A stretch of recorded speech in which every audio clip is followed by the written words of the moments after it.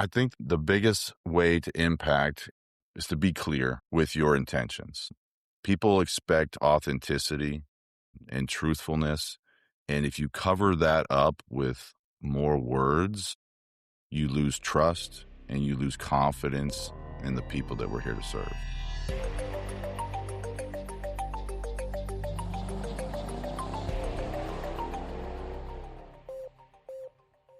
Hello and welcome to The Clear Voice, brought to you by Clear Career Professionals. I'm your host, James Groom. Today I'm joined by Justin Atherton. Justin spent nearly 2 decades in law enforcement, including investigations, SWAT, supervision, and training. He's also the author of How to Get to the Damn Point, which may be one of the clearest book titles we've had on this show. Justin, welcome to The Clear Voice. I appreciate it, James. Thanks for having me. That's only like the second or third time that we've used a bad word, but I think it's probably still safe for work. I think it's safe. The book title that I've got in my head that one day maybe I'll write is a little bit worse than that. So you give me confidence that I could put my book out and maybe people will read it. I actually had the publisher try to get me to remove it from the title, and we had a little bit of back and forth. I actually put a poll on LinkedIn about it, and the stats that she said, she's like, you're going to lose about 30% of your audience. And the poll I put on LinkedIn, it was a 70-30 split, but I was like, well, I'll go with the 70%. I'm good with that. Do they want it to be darn point, or do they just have a totally different concept for you? They just said remove it completely, but I think it would have changed the complete tone of the book. And so I was like, no, it's going to stay. When you were talking previously, I don't know if it was that publisher or a different one, but they wanted you to make the book a lot longer, if I remember you talking about that. Yes, that was a different publisher that I was looking at publishing through, and they're like, well, we want to get it to about 35 to 40,000 words, and so we need to add a lot. And I was like, no, we're not adding anything to it. Have you read what the title is? It's Get to the Damn Point. I'm not going to add fluff to what's already been created. We're not going there. Well, for us busy professionals, we appreciate that you are getting to the point and holding your withers against the publisher trying to make you not get to the point as quickly as possible. Absolutely. Justin, for those that don't know anything about you, tell us a little bit about your background and how you got into leadership training, speaking engagements, and of course, what made you want to write a best-selling book. Well, first thing off, I'm a father and a husband. My daughter's 15 years old now, and I've been practicing a lot of these skills with her since she's been born and passing them on to her. I started my law enforcement career. It's all been in Texas. I started with the Department of Corrections, working into gang intelligence as a supervisor there. Becoming a police officer, I worked patrol. I was a detective, SWAT team, field training officer, and worked in multiple leadership roles along the way. I think the leadership roles are really some of my favorite because I was able to influence the officers that I worked for. Whether it was a team of 8 to 10 people, or even as a lieutenant, having, 15 to 20 sergeants that worked directly with me. I like the ability to impact them and make them better leaders so that they could then impact the people that they worked for. I'm choosing my words purposefully there, right? Because I work for them. When I'm a supervisor, I work for everyone underneath me. I think everyone has the org chart flipped upside down. And so I've gone through numerous leadership trainings. I've been through LEMIT, FBI LEADA, Trilogy. My degree is in organizational leadership. And so I've seen a lot of leadership trainings taught with really just theory. They're teaching theory and concepts rather than getting down to what leadership is really about. It's really about communication. And I think that's what led me to write the book. A lot of frustration over the years, seeing ineffective leadership and ineffective communication. But I think that's what really pushed me to finally put that out. And you mentioned the speaking and the training that I'm doing now. I love continuing to impact people.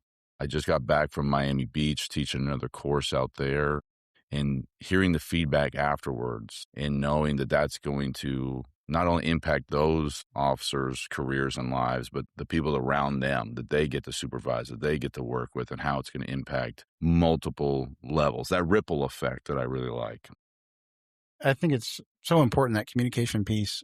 I'm thinking about like something I'm currently bothered about. And it really boils down to communication and expectations. And I would imagine, I don't know what percentage of workplace problems result from poor communication or communication that could be better, but I imagine it's pretty high up there. It has to be because at least in law enforcement, around 80 to 90% of what we do every day is talk to people. So I don't understand why we are not training everyone to be better communicators from day one. We expect them, oh, you'll figure out how to talk to people. You'll figure out how to ask questions. And we see it, anyone that's been a training officer, right? You put a new guy out on the street and they ask 5 questions: who, what, when, where, why. And then they're like, I'm out, boss. Well, what do I do now? And so we never teach people how to communicate.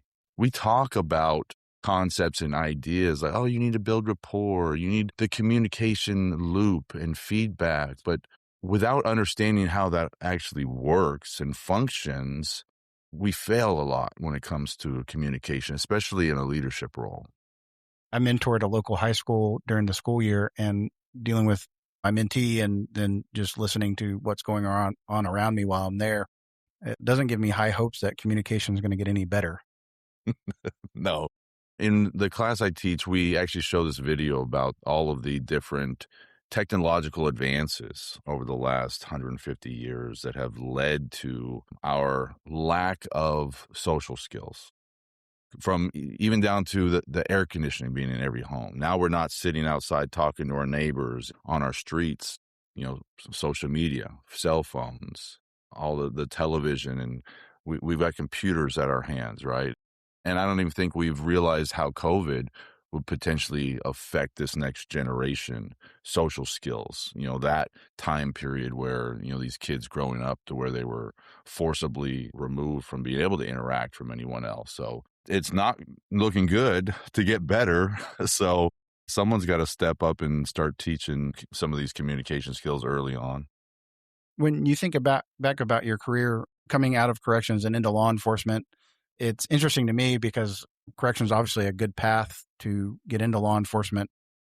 But when I looked at that back in my younger days, I couldn't imagine myself being locked in prison with everybody. And I know I get to go home at the end of the day, but it just seemed like too much. So which one of those did you enjoy the most? And what did both of those segments of your career teach you about humans?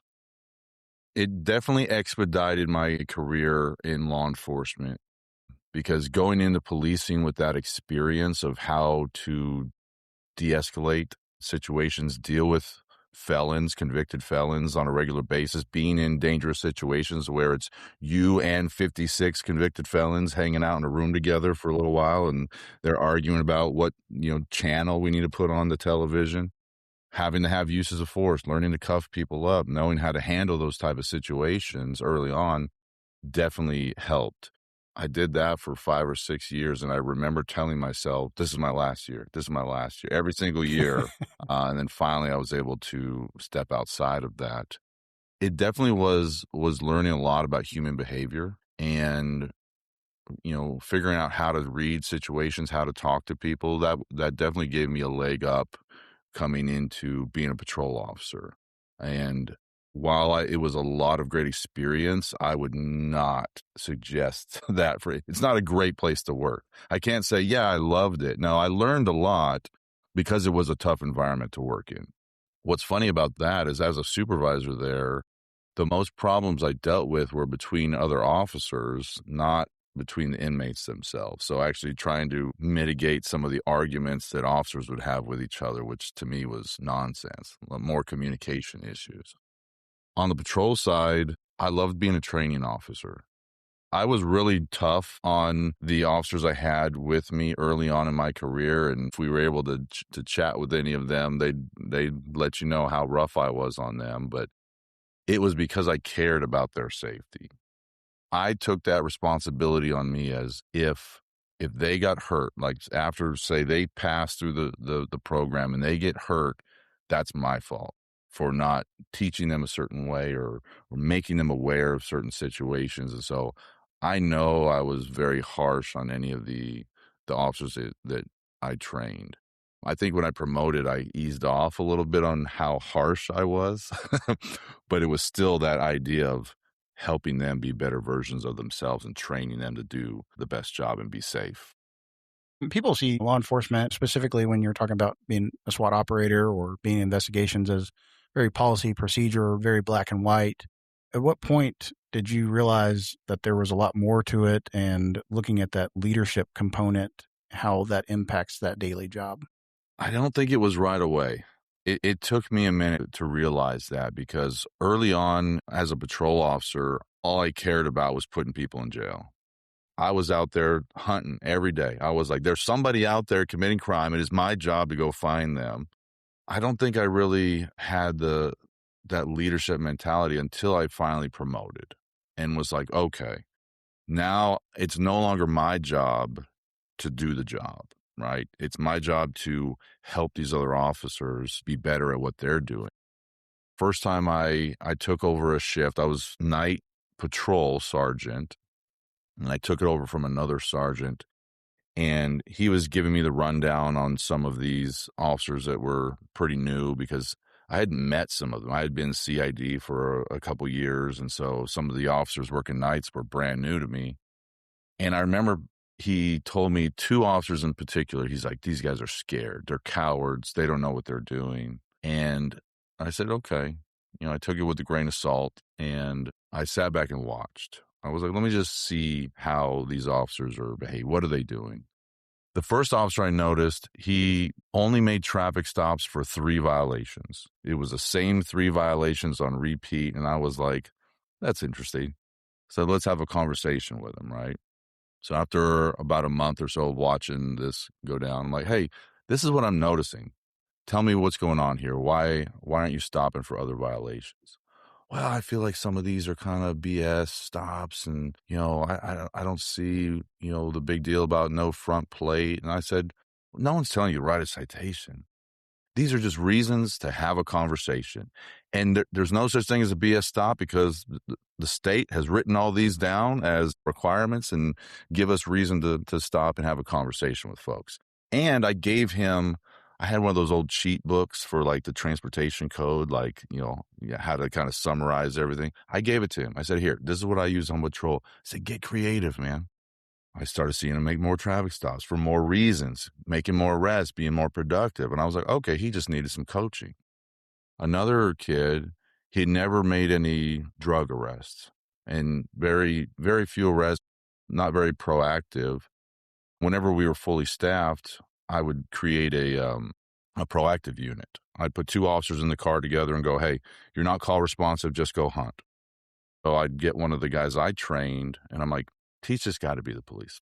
Show him stuff, go out there, do some good police work. And then after a while, he'd start making more arrests. I stopped by one of his traffic stops one day. He's like, hey, Sarge, I think I found some cocaine. I said, well, that's meth. Good job. Hey, keep up the good work, right? Like he just needed exposure to it. He hadn't had that training, that coaching.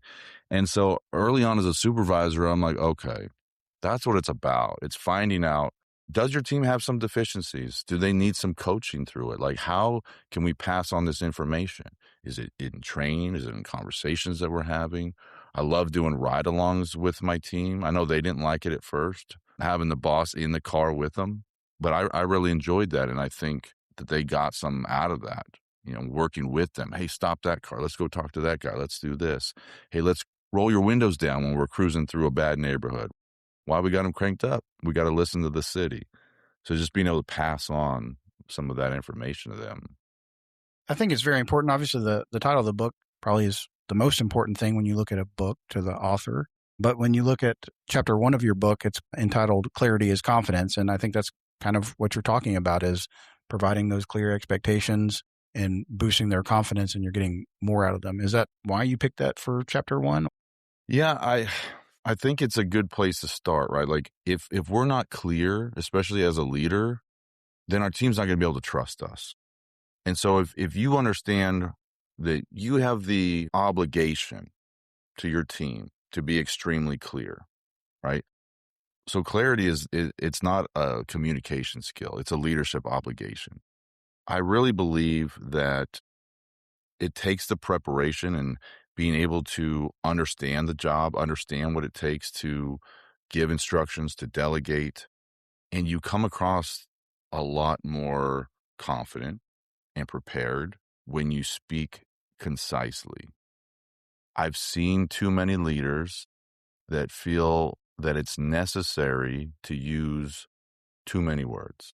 And that actually erodes your level of confidence or perceived confidence, right? If I have to talk and fill in the gaps and re-explain things and give you more information, do you really believe what you're telling me? Or are you trying to convince me that what you're saying is factual? And so the vagueness, the over-explaining, that actually breaks down your perceived confidence of your team. I think it's interesting. We had an article written not too long ago on our newsletter by Ron Ward, and he was talking about how leadership is not just a science, it's also an art. There's not a book that says, here's how to handle every situation, because everybody's different and they need different things. So kind of an experiment sometimes trying to figure out what's going on. How much of leadership do you think is the confidence side of things versus the competence, knowing what you should be doing? I think it's a good combination, right? You have to have the competence because your team's going to test you. They're going to see, like, does my boss, do they know what they're talking about? Are they able to, do they understand policy better than me? Do they understand the rules, procedures, standards better than I do? Like you said, it's an art too. Confidence is not just saying I'm right all the time. It's the ability to say you're wrong and be okay with that. I would give my team permission to correct me. Every new team that I supervised, I would let them know, hey, look, I might say something wrong. I might say something out of pocket, or it might not be clear that I explained it. I'm giving you guys permission right now to point it out to me, correct me, be like, hey, can you explain that, Sarge? Can you explain that, LT? Like, what's going on? Or I have a different understanding of it. We still need to be respectful when we have that type of conversation, but I think most supervisor subordinate relationships, especially in law enforcement, it's this idea of like, I'm not allowed to correct my boss. I'm not allowed to question that. And so what do? They don't bring it up. And then they go back and talk crap with one of the other officers. Did you see what Sarge did? He messed up and he doesn't know what he's doing. The ability to be okay being corrected, I think, is a superpower for a leader. It's like, hey, bring it up to me. Let's have a conversation. I start a lot of my my leadership courses like that. I'm like, guys, I explain my whole process and what I do with my teams. I'm like, you're my team this week. If you hear me say something that's out of pocket, if you hear me say something that you think is wrong, hey, raise your hand. Let's have a conversation. Because I don't want you to go back on the breaks and talk amongst yourselves and say, this guy's full of crap, right? And so it is an art. You have to have the competence. Like, you have to have that. But it's an art of being able to motivate people and let them trust you. And being able to admit when you're wrong is a huge trust builder. I would definitely agree. And I love that you were telling your team to come to you I think that's exactly the right way to handle that. I guess my question is, how often did you find that they were selecting one person to come talk to you anytime they thought something was wrong? Or did they all feel confident enough to be able to come tell you that? Yeah, I think they all felt confident with it. Sometimes it became a game with them, right? Because I was always one to quote a lot of case law. And so I'd quote a case. I'm like, hey, it's about this case. They'd be looking it up. They're like, I've never heard of that one. And they'd be on the spot doing research on it. I'm like, hey, prove me wrong, please. If I'm speaking wrong, if I'm quoting that case law incorrectly, I want you guys to figure it out. And most of the time they're like, oh, okay, yeah, you're right. Okay. Or they might have a little like, well, I'm not sure if that really applies. I'm like, okay, maybe it does, maybe it doesn't, right? But we're having that conversation and it was motivating them to do the research, sometimes to try to prove me wrong. And they'd be like, oh, okay, yeah, you're right. When you talk about clarity, we're talking about small teams right now, but if you zoom out in an organization and look at the clarity, whether that's at the city manager level or even the governing body level, how important is that for that message, that vision, the mission of that entire organization to be pushed down all the way through the levels of organization? So you're providing the clarity that is consistent with the overall mission of the entire organization. I talk about this aspect in one of the classes I teach on emotional regulation, because I think that organizations start with the mission or the values by just having a very small conversation with a small group of people. What words do we like? What words do we want to put on the wall? What words do we want to put on the cars?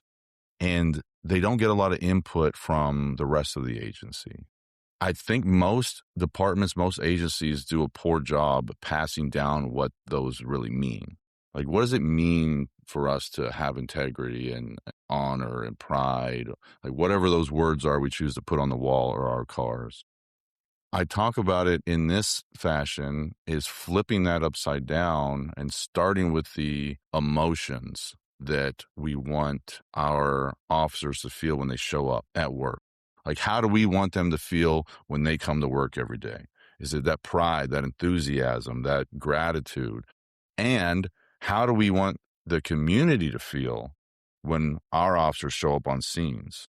Is it that trust? Is it that confidence? And then creating standards and behaviors that align with those emotions, then creating the policies, the procedures, and then getting to the values and the mission statement. Because some of those emotional words can still end up being our values, but then they actually mean something. Like, how do we want to show up on a scene? How do we want our teams to feel? Back to your original question, like, how important is the clarity of pushing that down? 100%. I think most agencies do a horrible job pushing down what that actually means. And how do we implement those values every day? How do we move forward towards the mission of the department every day? It's not an easy thing to do. And it has to be something that is consistently passed down from the command, from city level command and all of the supervisors. But I don't know if there's one way to do that. But I'm sure there's a lot of improvements that can be done. I think that's so important to communicate that message. And, I tell people that I work with that it doesn't really matter what decisions either we're making or I'm making. If down at the frontline supervisor level and the officer level, or whatever those employees are on the front line, if they're not buying into what we're trying to do, it really doesn't matter what our thought process is. You talk a lot about not just teaching the leadership concept. So I'll give you one that I know lots of us struggle with and see what you can do to give us some tactical ways to work on this. I stepped into a new situation not too long ago. When you come into a new organization and you're supposed to be leading that place, we're not supposed to micromanage, but there's a lot that you have to pick up and you have to figure it out. And some things may need to be changed quickly depending on the situation. So how do we go from maybe we need to do a little micromanagement or a little more management? How do we work from that to providing as much autonomy as we can?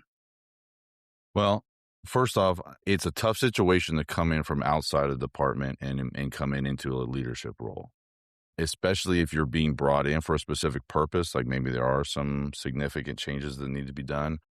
I'm not a fan of the immediate change. I've seen departments where a new chief is appointed and all of a sudden he switches up all the command staff into different positions, and these are the new rules that are coming out. It's like, you haven't even looked to see what is going right. Like, maybe there are some things that need to be corrected, but let's not completely overhaul something that might only need some tweaks.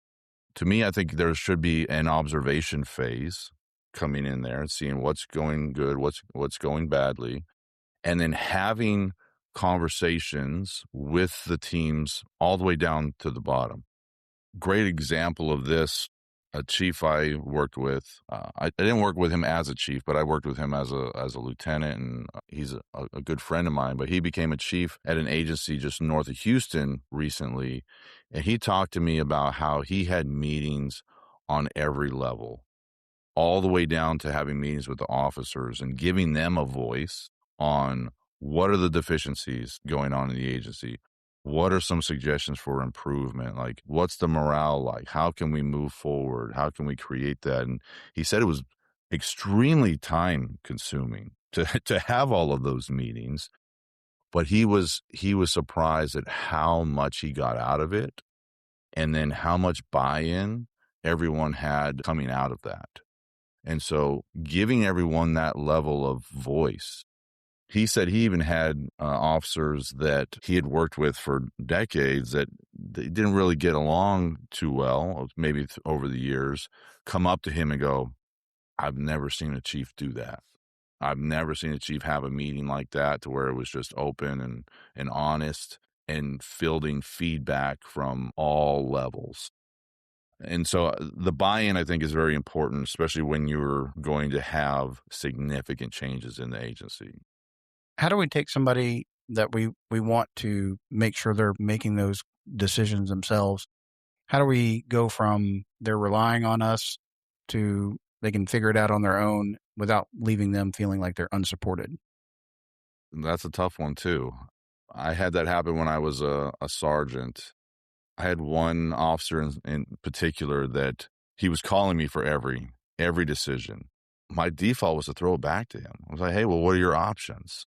And he gave me a couple different options. I said, okay, out of those, which one do you think is the best route? He's like, well, I think option B. Okay, well, go forward with it, right? And every time he brought these ideas to me, he always had like a legitimate answer, a legitimate response. My complete goal was to train him up because I knew he wanted to be a sergeant. The first evaluation I had with him, I had to ding him on his decision-making skills. And really, it was just a confidence point for him. We had a conversation back and forth. Like he initially wasn't happy getting dinged for not making the decisions. But when I pointed it out to him, I said, look, one day you're going to be a supervisor and you're going to be the only one here in the middle of the night making these decisions. Who are you going to call?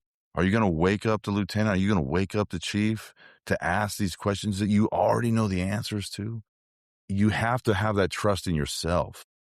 And so that was that light bulb moment for him. He's like, oh, okay. I get it. I get what you're doing. And I'm like, yeah, I want you to have that trust in your own abilities. But we have to make it okay for our team to fail from time to time. I think that's the hesitation. It's like, well, I don't want to mess up. I don't want to get written up if I make the wrong decision. I don't want this to come back on me. It's like we live in the gray area. There's no one way to do anything in this profession. And so as long as you're making it in the best route, we're not violating any laws, we're not violating the Constitution, hey, go through with it, and maybe it's a learning experience, if nothing else. Jordan Peterson, he was talking about watching his kids grow up, and kids will always do things that, are pushing the limits of their physical ability as they're growing up. He is famously quoted as saying, let them do dangerous things safely. Keep an eye on them, but they're going to have to learn sometimes the hard way that something's dangerous, or maybe they succeed and they don't get hurt. You have to be there to catch them, but you can't just hold their hand the whole time. Yeah. Yeah, we're like the guide rails, but you still got to drive that car. Yeah. Yeah, because one day they will be there by themselves. You won't be there. You can't be there forever. Recently, you wrote an article for us on our newsletter, and it's entitled The Interview Room is a Liability. And it's a great read. It's about cognitive interviews. And one of the things I really like that you wrote in there is getting the confession. Is that the only thing that we're trying to do, or is there other things? Reading the article is great. It's really framed from the police side of the house. But as I was reading it, now I'm thinking broader, working in this role, HR people all the time have to interview people. City managers sometimes have to interview people. I find a lot of value in that. I would suggest they read it. Can you frame how that article could apply to HR investigations or even just daily conversations with people? Absolutely. The techniques within the cognitive interview were put together by a clinical psychologist. Dr. Geiselman and Dr. Fisher are the ones that created this process back in the 90s. What we're really doing here is making sure that we're not contaminating an interview with the way that we ask questions, suspending our own judgment, learning how to build rapport with the person that we're interviewing. And it 100% applies to the HR world as well, whether they're investigating some type of harassment, workplace issues.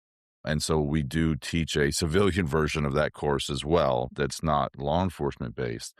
One of the interesting stats that Dr. Geisman brings up is that we can alter someone's memory about 75% chance of altering someone's memory just by how we ask a question. And to me, that is a significant stat. If we are putting our own spin on it, if we are plugging in our own story, even though we weren't the ones there, right? We can completely skew the memory recall of that person. This is really important for post-critical incidents, for officer-involved shootings or other type of critical incidents. We think about some of the HR interviews that people have to have. Those people could be traumatized by what they experienced. Maybe it was some type of sexual harassment or some type of, workplace violence. Who knows what, took place.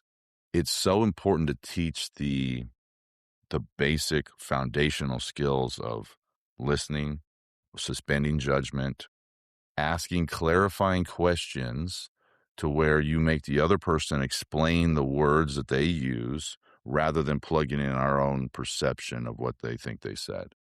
One of the examples when I talk about this in class is we use a lot of these terms that we think we all know what we're talking about, but maybe we don't. So like leadership. There was 20 people in the room and I'm like, define leadership to me. I'm going to get 20 versions of what that is. Same thing with truth and justice. These are concepts. These are abstract ideas. But, back to leadership. Leadership is a combination of behaviors. And everyone has a slightly different version that they're going to have of like, these behaviors mean leadership to me. These behaviors mean leadership to me. And so in these conversations, we teach people how to ask questions to sift through the conceptual, the abstract words in order to get to the concrete and behavioral terminology to make sure that we're speaking the same language and have the same definition of the words that are being brought up. So there's a lot of memory retrieval techniques in there as well, but the cognitive interview is really useful even in only using pieces of it for the majority of our interviews. I think back to the interviews that I've done on criminal cases, building that rapport, or even interviewing witnesses and victims, you always have to build that rapport. And most of these people are strangers to you. They're coming in off the street. You may have never met them, and you have to spend a certain amount of time, depending on them and the case and everything, on building that rapport. Do we do a good enough job inside of an organization, whether you're talking about HR or even as a supervisor who may have to investigate cases sometimes, or IA or whatever it is? Do we always do a good job of building that rapport? I think that is one of the worst aspects within law enforcement is building rapport. We are horrible at it. Watching interviews on any level, about how long do you think we spend actually building rapport with someone? Not long enough usually. Yeah, like a minute, if that. If it's a minute, that was probably like they felt like they did a long time. We really should be spending, 15 to 25 minutes building rapport with people, just making them feel comfortable. Dr. Geiselman talks about this aspect of interviewing. How someone feels right before they're interviewed is directly correlated to how well they're going to perform on the interview. If we just do a little bit of chit, hey, how's it going? Oh, yeah, the weather, it's hot outside today. Okay, well, let's talk about this event. That wasn't rapport building, but we need to have the person feel comfortable. And the other aspect with the rapport building, why it's so important, is establishing some type of baseline and understanding how the person normally speaks and figuring out what they value. Is it their family? Is it their career, their faith? Like, what is it that they value? And that can help us understand how to better motivate them. Maybe if they are being deceptive at some point during the conversation, it can help motivate them to be more truthful. But yeah, the rapport building, I think in every aspect, the internal affairs investigations, we do horrible. Supervisors, we do horrible. We think, oh, we've already got some rapport with them. And we do have some, hopefully, on a normal basis with our team. But we can spend some more time. Like, hey, before we talk about this stuff, hey, how are you doing? What's going on with the family? Like, hey, how are things?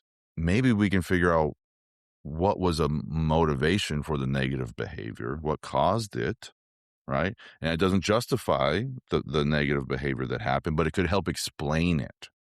And so to me, the rapport building is the most important factor in an interview, and we normally are horrible at it. Yeah. I learned all of my rapport building skills once I moved to crimes against children and watching forensic interviewers interview juvenile crime victims because they do an excellent job. They have to get this child they've never met to relive some horrible things, and they do a great job, at least the ones that I've been around in doing that. That's the level of interviewing that every officer should be learning. And when we teach this class, the 3-day cognitive interview class, that's a lot of the feedback that I get is like, oh, this is very similar to a forensic interview.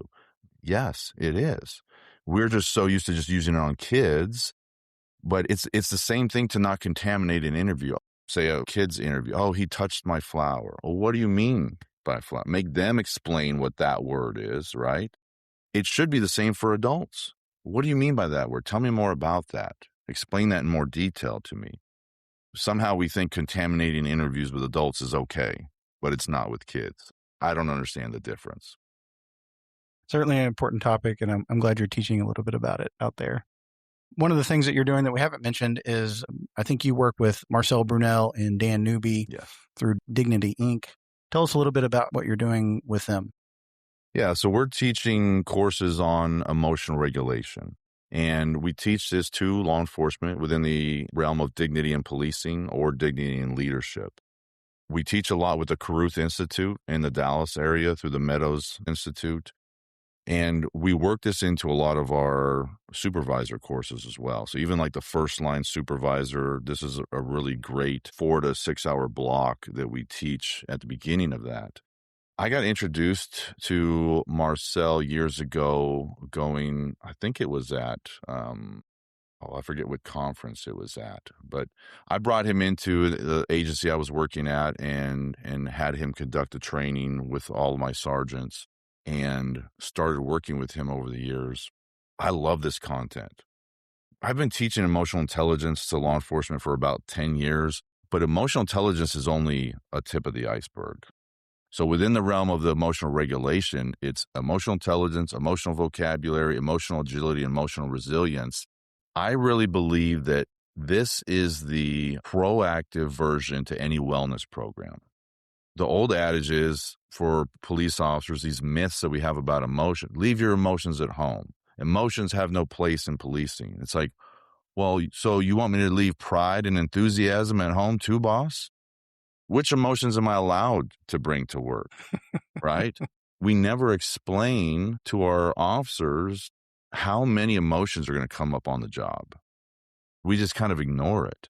And then we wonder, why is our suicide rate so high?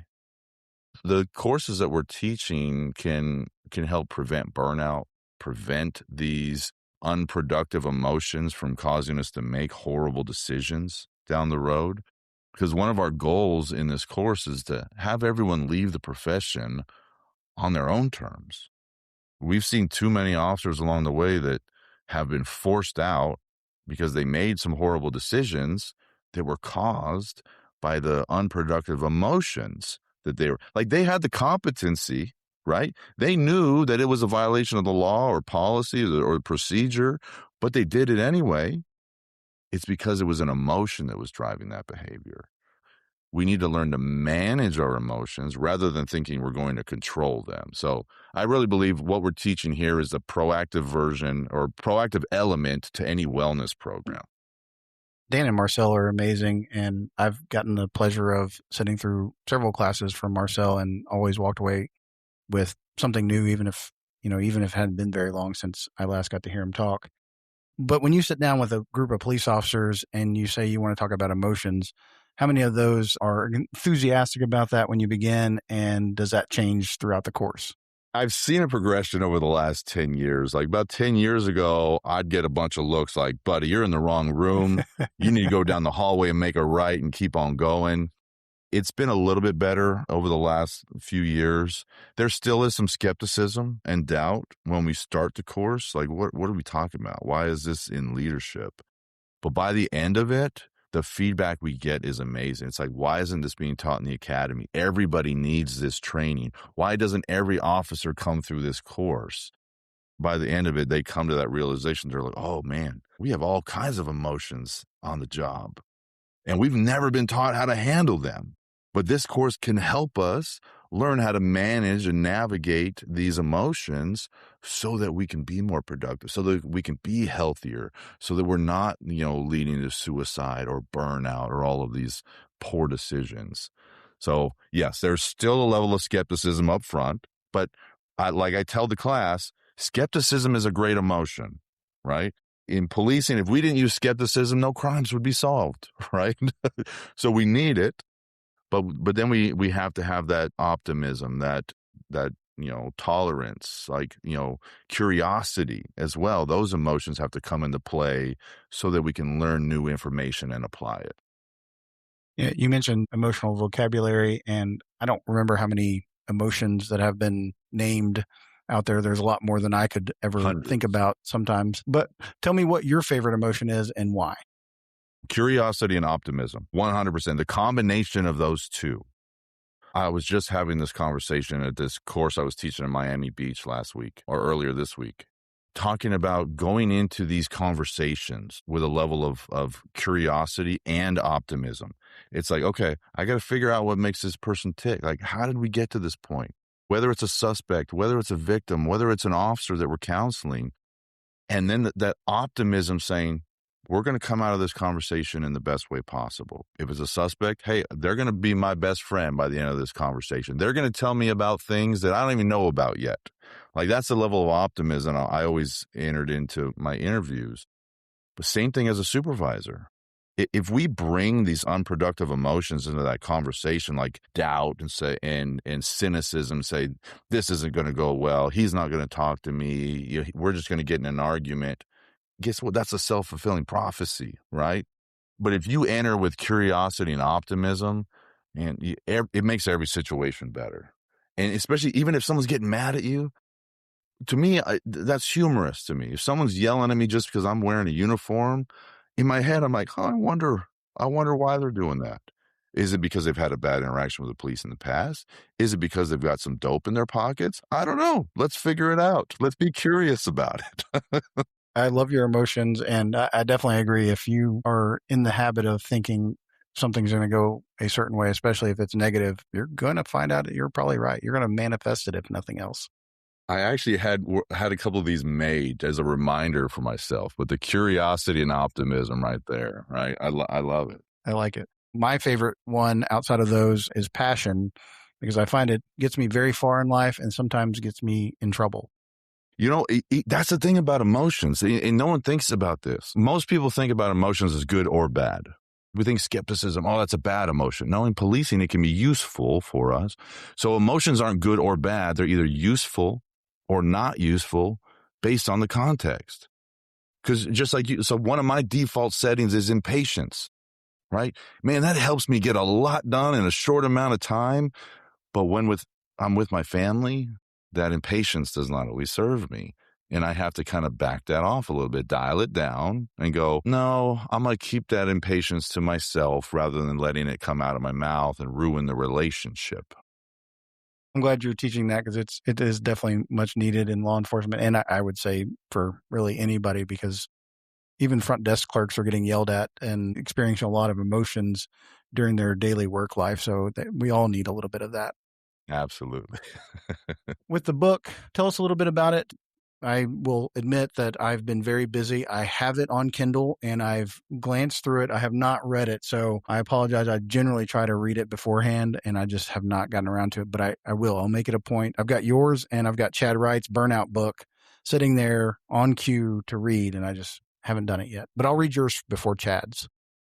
Well, it's short and to the point. That was kind of the driving force behind this, is putting out a leadership communication book that, while it is pointing out issues, it's also giving some tactical tools in every chapter, like how to come out the other side of it, how to better communicate. One is the point why context. What we're talking about here is most people, when they tell a story or they're filling people in, they start with the context.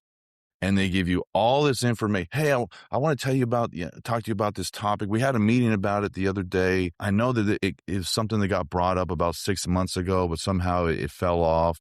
But I think it's really important for us to move forward for this. So I want to talk to you about this. Whoa, hang on. Where are we even at? What are you talking about? Where are we going? Right? We lead with the context when that's not the most important thing. It's like, hey, I need to talk to you about Project X. That's the point. Okay, now I'm pulling all my files for Project X. Cool. We're on the same page. We're talking about the same thing. Why do you need to talk to me about Project X? Well, hey, it's behind schedule. Here's what we need to do in order to make it, successful. Great. Now I understand the why we're talking about this. And if I need further context, fill me in. Maybe I don't need further context. Maybe I'm like, understood, moving forward with the instructions. Let's go. But when we start with the context, then the why, and then somewhere along the way we throw out the point, we're not being efficient, and no one knows what we're talking about. And so that's one of the formats in the book. Start with the point. Point first. Here's what we need to talk about. Here's why we need to talk about it. And if necessary, follow it with some context. So each chapter has some tactical tools to implement for communication aspects. The reason the book was written, I think, was mainly driven by frustration. I've seen too many ineffective leadership conversations along. I've been part of too many extremely long meetings, 5-7 hour long command staff meetings where nothing was said, nothing got done. I joke about it. I think I wrote most of this book in my head during those command staff meetings, just kind of watching what's happening around me. Because on some level, I believe that poor communication is contagious. We get into a leadership role and go, that's how I'm supposed to talk. I'm supposed to use $10 words, and I'm supposed to talk around the issue like a politician because that's how every leader I've seen speaks. I never subscribed to that. I'd be sitting in these command staff meetings and it would come to me and I'd share 5 points in 7 minutes. And then they look at me like, that's it? Yeah, that's it. That's all I got. Let's move on. Next topic. If you have any questions, I'm here to answer them. Yes. I'll say that the spark for actually putting the book down on paper, I have to contribute that to my daughter. The book is dedicated to her, and it stems from her being in the car with me. Before I retired, I was working directly for the chief of police, and he had called, and I put it on speakerphone. He rambled on for, 15, 20 minutes talking about whatever he was talking about. And I see my daughter's trying to tell me something, but I'm like, hey, just hang on a second. Finally, he's done talking at me, and the conversation ends. And then I asked my daughter, I'm like, what were you trying to tell me? And she's like, Dad, that was the most inefficient conversation I've ever heard. And she asked me, when are you going to quit? I said, I'm working on it, little girl. I started writing the book the next day. It was finished within a short time period after that. So I have to give that little spark to my daughter as the reason that it finally got put down on paper. She got a book dedication out of it, but did she get like a shopping trip or anything else? She came with me to Miami this week, so let's give her that. Hope she doesn't listen to this and realize there might be more to it. Right. We're excited about the book. I definitely will get my part done in reading it. Where can everybody else find your book? Yeah, best place to get it is on Amazon. It made bestseller shortly after it came out. Was excited about that. But I don't know if you got video for this or just audio, but there it is. How to Get to the Damn Point. Amazon's the best spot for them to pick that up. That's great. And when you're talking about the training that you provide, where can people find that? Best spot is proactiveleader.com. Our list of different events across the U.S. are listed on there as well. I'll be in San Antonio this next week, and we'll be all around the U.S. this next year. In an effort to get to the point, I think it's very clear that we should wrap up. But before we do, can you share with our listeners some advice or encouragement they can take with them as they are trying to make the biggest positive impact on the communities that they serve? I think the biggest way to impact is to be clear with your intentions. People expect authenticity and truthfulness. And if you cover that up with more words, you lose trust and you lose confidence in the people that we're here to serve. Yeah, you also lose my attention because it's very short sometimes. Yeah, that too. Justin, thank you for being on the show with us.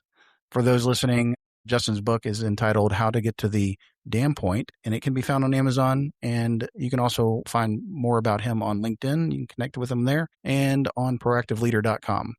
As always, thank you for listening to The Clear Voice and for what you do every day in your communities.